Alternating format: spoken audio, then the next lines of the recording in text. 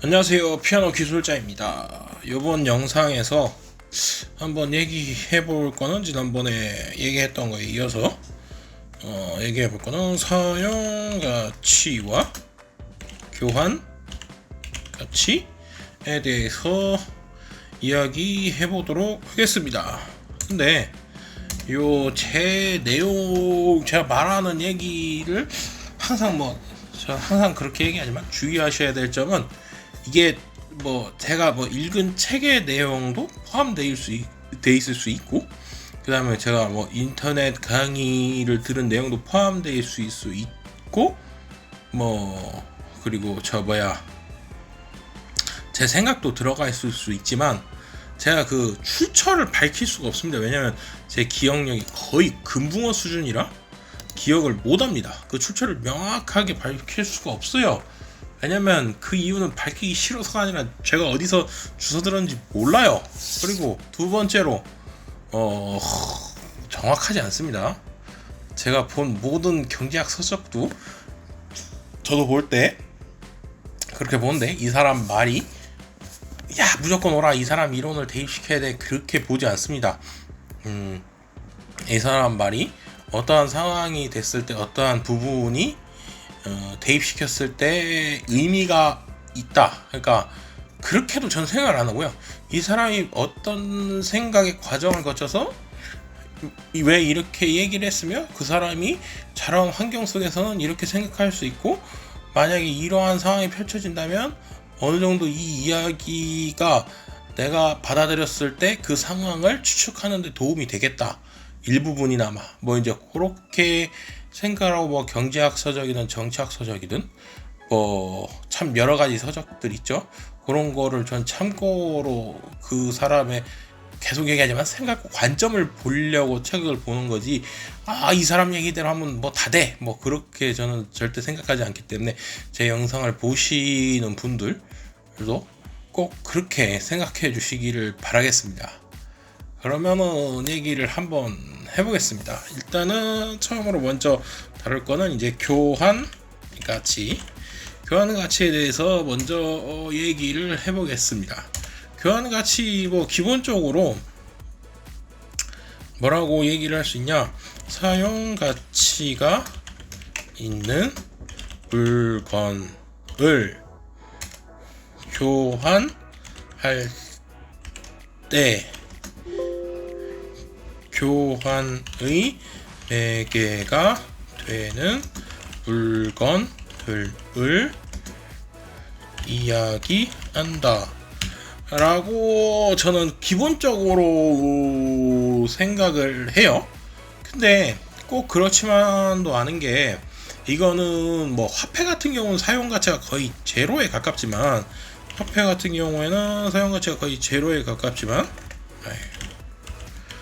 근데 금이나 은 같은 이런 경우들은 또 교환 사용 가치도 있단 말이에요. 특히 금 같은 경우는 반도체라든지 장식품이라든지 이런 걸로 쓰인단 말이에요. 또 여기에서 교환 가치를 가지는 물건이라고 할 수 있는 게, 제 생각에는 특수한 물건, 이거는 이제 완벽한 교환 가치를 지닌다고 할 수 없는데, 이제 그런 게 있어요. 조단, 운동화, 이런 거 정말 한정판이고 오래됐고 그러면은, 저 같은 사람한테 조단 운동화야 이게 몇백만 원이라 이러면 그걸 왜 사? 그러겠지만, 이제 저 같은 경우는 저는 이제 술을 좋아하기 때문에 양주 중에 사마롤리 몇 년도 빈티지 같은 걸 저한테 갖고 오면, 제가 돈이 없어서 사진 못하겠지만 그냥 군침을 질질 흘리겠죠. 이게 1000만 원이다 그렇게 얘기를 하면 그 가치를 저는 이해할 수는 있을 것 같습니다. 돈은 지불을 못해도 그러면서 이제 한 입만 줬으면 하고, 한 방울만 줬으면 하고 침을 질질 흘리겠죠. 하여간 그런데 이런 특수한 이게 뭐 명품이 됐든 이런 것들 특수한 사람들만이 가치를 인정해 줄지언정 그런 것도 이제 보관하면서 내 부를 이렇게 쌓아나갈 수 있는 매개가 되는 뭐 그림이 될 수도 있고요. 뭐 등등등 많죠. 뭐 악기가 그런 경우도 있습니다. 특히 뭐 이제 뭐 바이올린 같은 경우 저 과르네리 뭐 아마티 뭐 이런 것들 엄청 몇백억 뭐 이렇게 하니까요. 그런 것들도 교환 가치를 가지고 있지 않나. 그래서 저는 이제 이 교환 가치를 얘기할 때 또 한 가지 예를 드는 게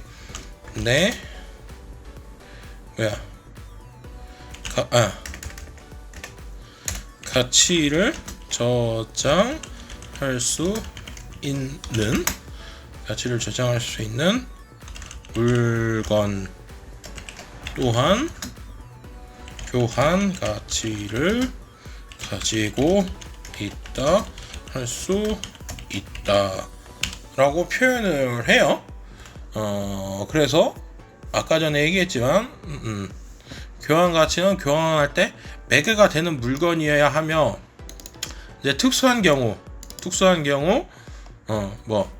양주 명품 그림 악기 등과 같이 운동화라든지 이런 특수한 경우에는 이 가치를 저장할 수 있는 수단으로 활용할 수 있기 때문에 교환 가치를 가지고 있다고 할 수 있다. 근데 요 경우에는 이제 교환할 대상이 한정돼 있다. 이렇게 볼 수 있죠. 그리고 화폐 같은 경우도 솔직히 그 나라 국가 국민 아니면 조금 교환하기가 힘들죠. 국제적인 화폐의 형태를 지니고 있는 화폐들이 아니면 딱 어떠한 화폐를 얘기하기는 그렇지만 그렇기 때문에 이제 그렇게 정의하고 있습니다. 그리고 이 정도 다르면 교환 가치를 가지고 있는 물건에 대해서는 이제 얘기를 대충 다 한 것 같아요. 그죠? 그럼 이제 그 다음에 사용 가치. 이 사용 가치가 조금 문제가 많이 되죠. 이 사용 가치가 문제가 많이 되는데 이 사용 가치를 일단 정의를 하면 사용할 때 가치가 있는 물건 이렇게 얘기를 합니다. 근데 이 사용 가치는 정말 할 얘기가 많아요. 간단하게 얘기하면 사용할 때 가치가 있는 물건 이렇게 얘기를 하는데 이 사용할 때 가치가 있다. 그래서 저는 또 다른 표현으로 어떻게 표현하냐면 이 사용 가치가 있는 물건의 경우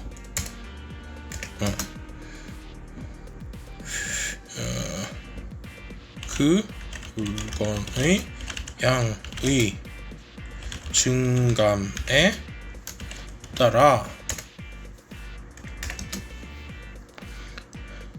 가치의 상승과 하락이 극명하게 나타난다. 일단은 이렇게 저는 생각을 해요. 사용가치가 있는 물건의 경우 그 물건의 양의 증감에 따라 가치의 상승과 하락이 극명하게 나타난다. 이 극명하게 나타난다는 것은 이 교환 가치가 있는 물건의 경우도 그 교환 가치가 있는 물건의 양이 너무 많다면 일단 교환 가치 자체가 형성이 안 되겠죠. 그 물건의 양이 너무 많다면. 그렇기 때문에 조금 얘기하긴 애매하게 하겠는데 예를 들어서 금 이 세상에 그냥 막 발이 채여요. 그럼 아무리 금이 쉽게 녹슬지 않고 변형이 오랫동안 되지 않으면 부피에 비해서 무게가 가볍고 등등등등 한다고 해서 가치가 꼭 교환 가치를 이루고 있다고 할 수 없겠죠. 그리고 화폐 같은 경우도 뭐 흔히 많이 얘기하잖아요. 화폐가 너무 많이 풀리면 가치가 하락하고 가치가 상승한다. 뭐 그런 얘기를 많이 하지만 이 사용 가치가 있는 물건의 경우는 그 양이 증감에 따라서 가치의 상승과 하락이 정말 극명하게 나타나는 경우가 많습니다. 이게 꼭 그렇다가 아니라 그냥 일반적으로 그렇다 그런 얘기예요. 그래서 이 사용 가치 특성은 교환 가치가 있는 물건들은 물건을 그것들이 양이 줄어드는 경우보다는 계속 일정하게 증가하는 경우가 많습니다.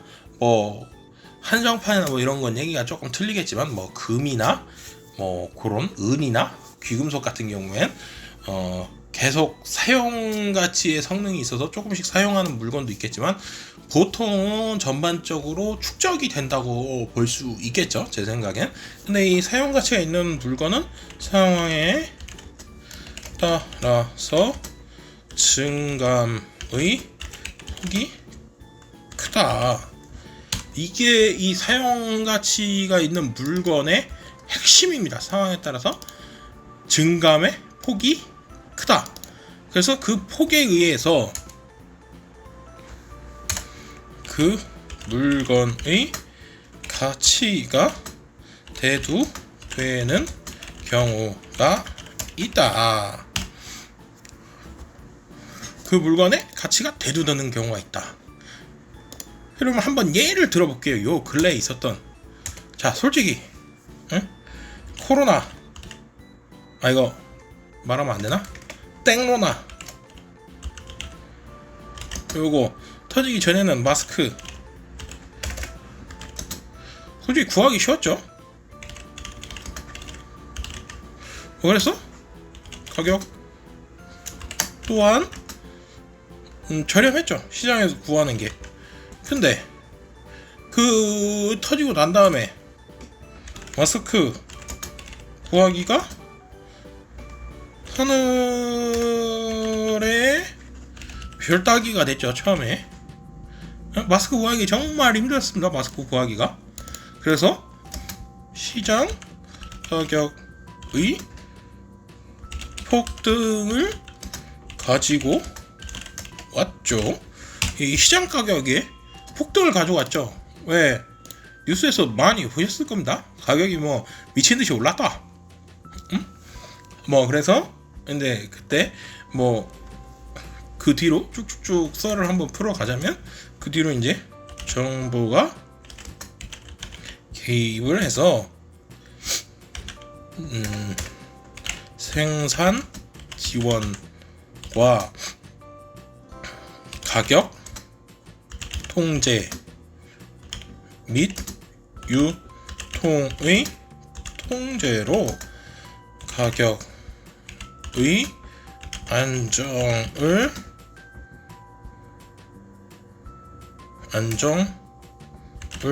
가져오려고 노력하였다. 정부의 개입으로 인해서 정부가 개입해서 생산 지원을 했죠. 그리고 가격을 통제했어요. 통제와 그리고 유통망을 개인이 유통하게 못하고 정부가 뭐 지정해서 유통망을 한정하고 뭐 이제 그런 정책을 취하지 않았습니까?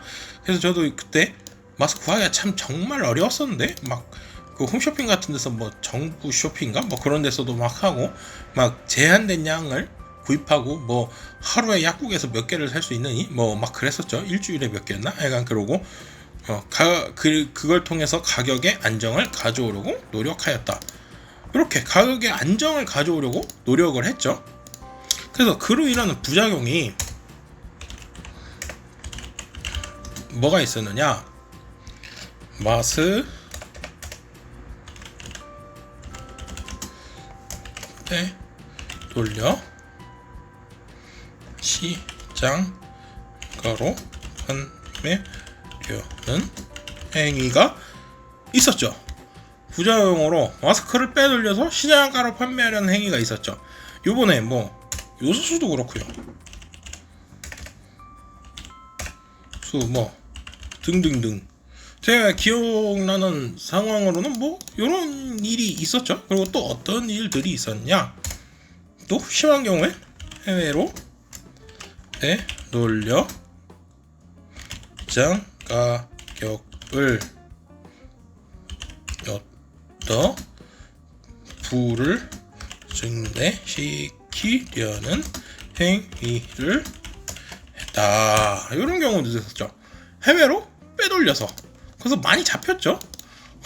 시장 가격, 그러니까 이게 시장 가격이라는 게 뭐 꼭 정당한 가격이라고 할 수 없는데, 이 시장에서 정해진 가격을 얻어서 그 편차에 따른 부를 증대시키는 행위를 했다. 실제로 그러지 않았습니까? 제 뉴스에서 그거 많이 봤어요. 그리고 뭐 요소수 사태 때도 뭐 해외에서 직구를 하는 애 뭐 막 그런 일이 많았었죠. 그래서 이를 통해서 볼 수 있는 게 사용 가치가 있는 물건의 가격이 폭등하면 사용 가치에 있는 물건의 가격이 물건의 사용 가치가 폭등하면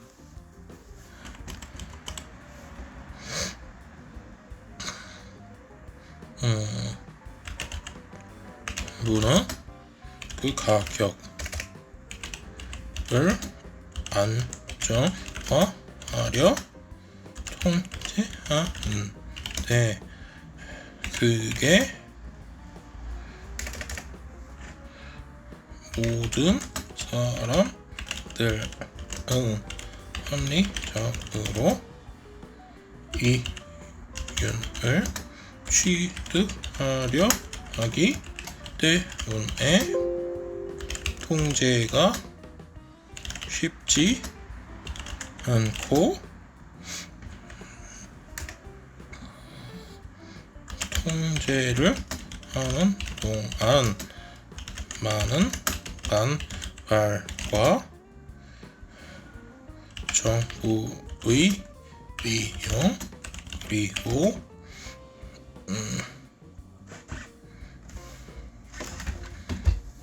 시장의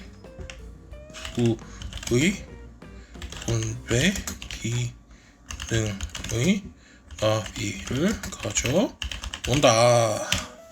이게 무슨 말이냐?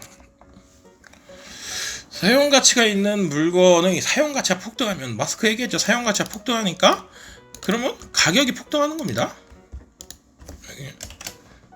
가격 가치가 폭등하면 가격이 폭등하죠. 그럼 정부는 그 가격을 안정화하려 통제하는데 통제했죠. 마스크 때. 근데 모든 일반 시민들, 사람들은 합리적으로 이윤을 취득하려고 하기 때문에 뭐 아나운스ment에서 나오지 않습니까? 사람은 합리적인 행동을 한다. 뭐 모두 전 그렇지 않습니다. 뭐 그냥 그걸 인용한 겁니다. 모든 사람은 합리적으로 이윤을 취득하려고 하기 때문에 통제 자체가 쉽지 않죠. 뭐 네이버에 팔고 막 그러지 않았습니까? 그때 마스크 막 해외로 빼돌리고. 그렇기 때문에 통제를 하는 동안 많은 반발이 있었겠죠. 그리고 정부의 비용. 그러니까 그 통제를 하려고 하다 보니까 뭐 정부가 뭐 경찰력도 동원을 해야 되겠고, 뭐 그걸 유통하는 과정에서 개인이 유통한다면 빼돌릴 수도 있기 때문에 그 과정 사이에서 뭐 정부가 뭐 개입을 하면서 정부가 비용이 들어가겠죠. 정부의 비용, 그리고 시장의 분배 기능의 마비를 가지고 온다. 정부가 비용도 많이 들어가고 시장의 분배 기능의 마비를 가져온다. 근데 이거는 시장의 분배 기능의 마비를 가져온다. 이거는 이제 마스크 사태 때는 솔직히 거의 미비했다고 보면 됩니다. 왜냐면 이 마스크라는 게 그전에는 이렇게 수요와 공급이 그렇게 많은 시장이 아니었어요. 그러니까 시장 자체가 형성됐다고 크게 형성돼 있다고, 뭐 아예 형성이 안 됐다고 보기는 어렵지만 시장 자체가 크게 형성이 안 됐다고 보기 때문에 그렇긴 하지만, 만약에 예를 들어서 기름값이 너무 올라서 기름값을 통제해야 되겠다고 지금 이제 세금을 감면하는 형태로 취하지만, 그 세금 감면으로도 턱이 없다. 그러면 이제 뭘 해야 되냐면, 어쨌든 뭐 비싼 가격으로 수입해서 푸는 걸 싸게 풀어야겠죠. 그런 형태로 가격 통제를 하기 시작한다면 일반 주유소한테 이 공급을 못 해줄 거 아닙니까? 그렇게 되면 이 주유소에서 일반 주유소에 때 그냥 공급을 해줘 버리면, 주유소에 딱 공급을 못 해준다기보단 일반 주유소에 때 이제 공급을 해주면 그 수많은 국내 이제 그 수많은 주유소를 다 감시를 해야 되기 때문에 그게 쉽지 않으니까 정부에서도 일정 지점에 거점에 있는 주유소한테 이제 공급을 해주겠죠, 그 기름을. 그렇게 되면 그 주유소를 제외한 나머지 주유소들은 뭐 그 주유소도 마찬가지고요. 그 주유소는 뭐 국가에서 뭐 돈을 줘서 뭐 매입을 한다든지 뭐 그런 형태를 취할지 모르겠지만, 그 외에 나머지 주유소들은 돈을 벌 수가 없지 않습니까? 기름을 팔아서 이게 돈을 벌라고 있는 게 주유소인데 돈을 벌 수가 없으니까 이 시장을 통한 부의 뭐 창출이라고도 하고요. 저는 부의 분배라고 생각하는데, 이 부의 분배 기능이 마비되는 현상을 가져올 수 있겠죠. 그래서 요번 마스크에서는 솔직히 제가 적당한 예라고 볼 수 어렵겠지만, 만약에 기름값이 정말 상상하지 못한 가격으로 치솟는다 그러면 이 시장의 부의 분배 기능의 마비를 가져올 수 있겠다, 이렇게 얘기를 하는 겁니다. 그리고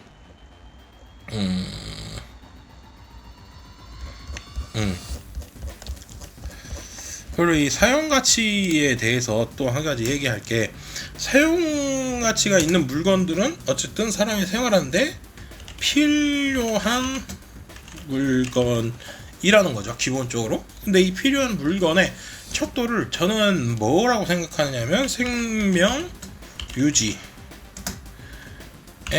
필요한 수단이다 라고 기본적으로 생각을 합니다. 그래서 우선순위를 둘 때, 근데 이 우선순위가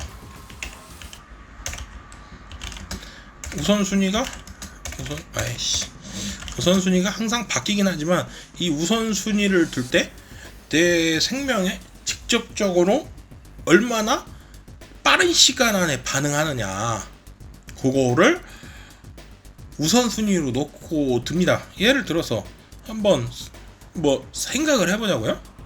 산소랑 공기, 뭐 이거 산소라고 표현해야 되나? 산소, 쉽게 말해 산소가 부족하다고 생각을 해봅시다. 그럼 얼마나 살아남겠습니까? 사람이 아무리 폐활량이 긴 사람이라도 20분을 못 살아남겠죠.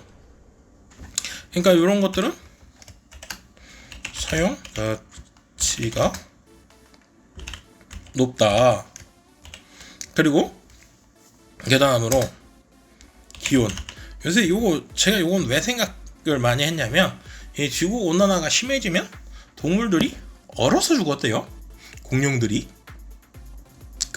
저도 왜 그런지 모르지만 지구 온난화가 심해져서 어떤 수준을 넘어가 버리게 되면 뭐 갑자기 엄청난 막 추위가 몰아닥치면서 순식간에 얼어 죽는다고 하더라고요. 그래서 이 기온을 넣었는데, 그럼 그런 상황에서는 이 기온도 뭐 1분도 못 버티겠죠. 막 그냥 순식간에 막 그냥 뭐 얼어버린다는데 몸이. 그럼 이것도 이런 상황이 오면 사용가치가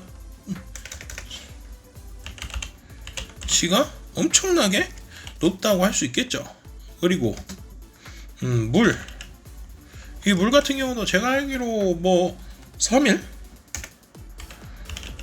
뭐 이 정도만 못 먹으면 뭐 사람이 뭐 거의 죽음에 이른다고 하더라고요. 그리고 식량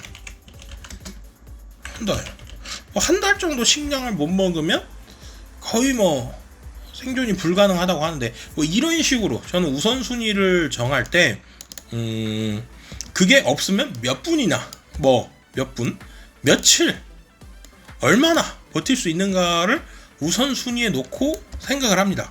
근데 만약에 이 우선순위가 높은 물건의 사용 가치가 이 우선순위가 높은 물건이 사용 가치가 대두되는 상황이 온다면 인간이 상상하기 싫은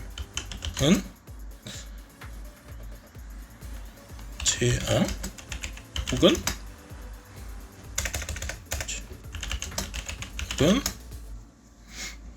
참상을 보게 될 것이다.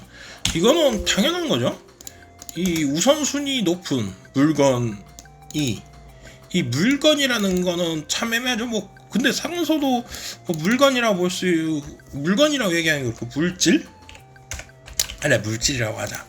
높은 물질이 사용 가치가 대두되는 상황이 온다면, 그러니까 산소가 부족하다는 얘기예요. 쉽게 말해서. 그러면 인간이 상상하기 싫은 재앙 혹은 참상을 보게 될 것이다. 뭐 한마디로 뭐 다이, 다이 한다는 거죠. 다이, 돌아가신다는 겁니다.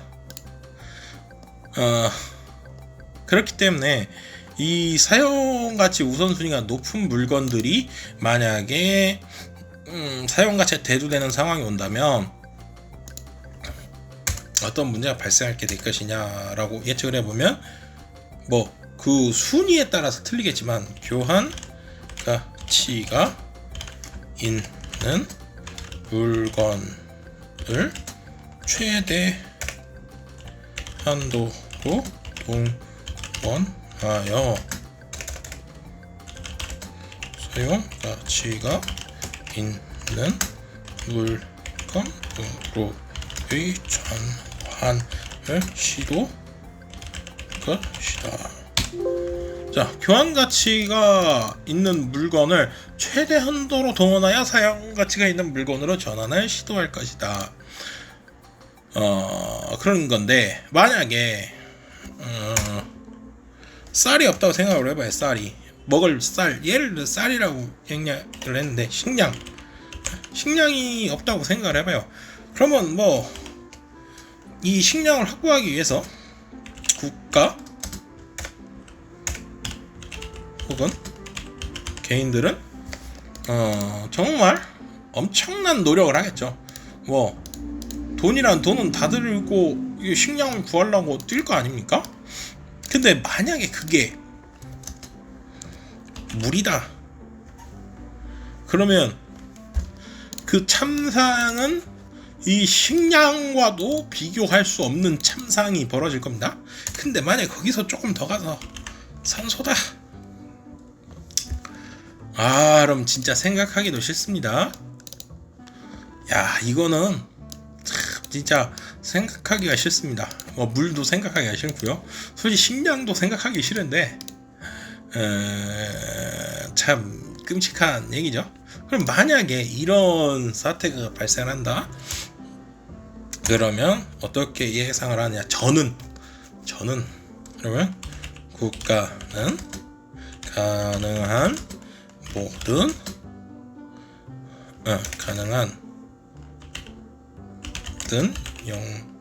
역량을 동원하여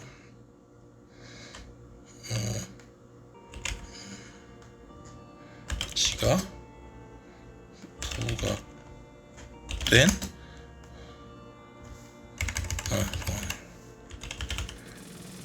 부각된 물질을 확보하기 위하여 발버둥 것이다. 이렇게 생각을 해요. 이건 당연한 게겠죠. 국가라는 게 어쨌든 그 국민을 보호하기 위해서 존재하는 건데, 이 사용 가치가 부각된 물질을 확보하기 위하여 모든 역량을 동원하여 발버둥 칠 것이다. 특히 이렇게 식량 같은 경우 참 진짜 뭐 무슨 짓을 하겠죠.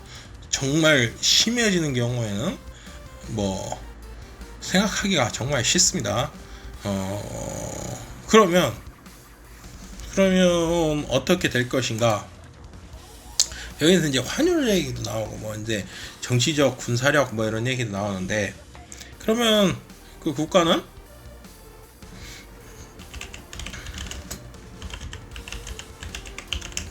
주로 주의를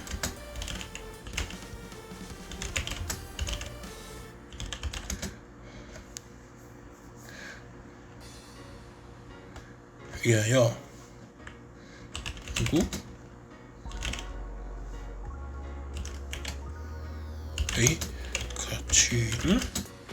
가치의 상승을 할 것이다.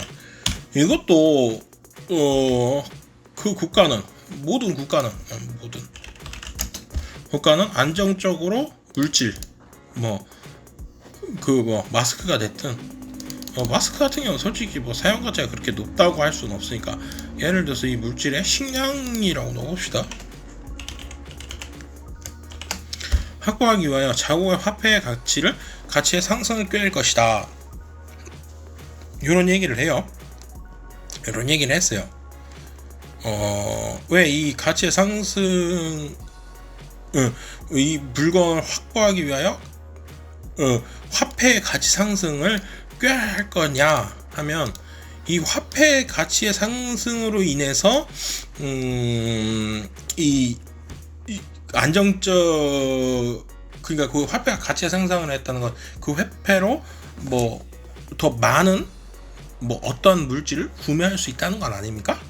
그러면 그 화폐의 가치의 상승으로 인해서 그 뭐 식량이 됐든 어떠한 사용 가치가 대두된 물건을 얻게 되면 이게 무슨 장점이 있냐? 그냥 국가가 나서서 사오면 되지 않느냐? 그것도 말이 되지만, 그것도 하겠지만 뭐 조금은 소프트한 방식으로 표현을 한다면 왜 화폐의 가치의 상승을 꾀할 거라고 저는 생각을 하냐면, 이 화폐의 가치의 상승으로 인해서 그 물질을 구할 수 있어야 시장의 기능의 마비를 가져오지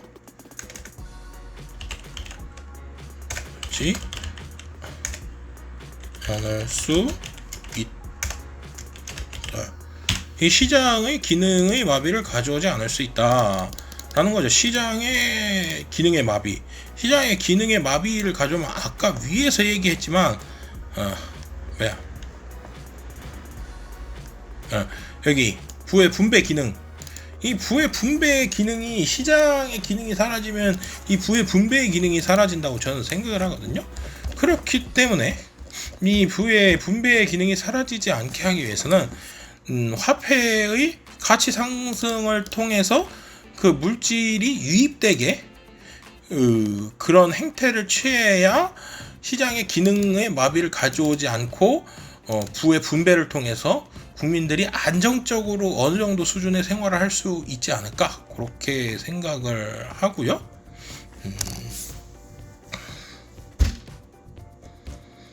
그리고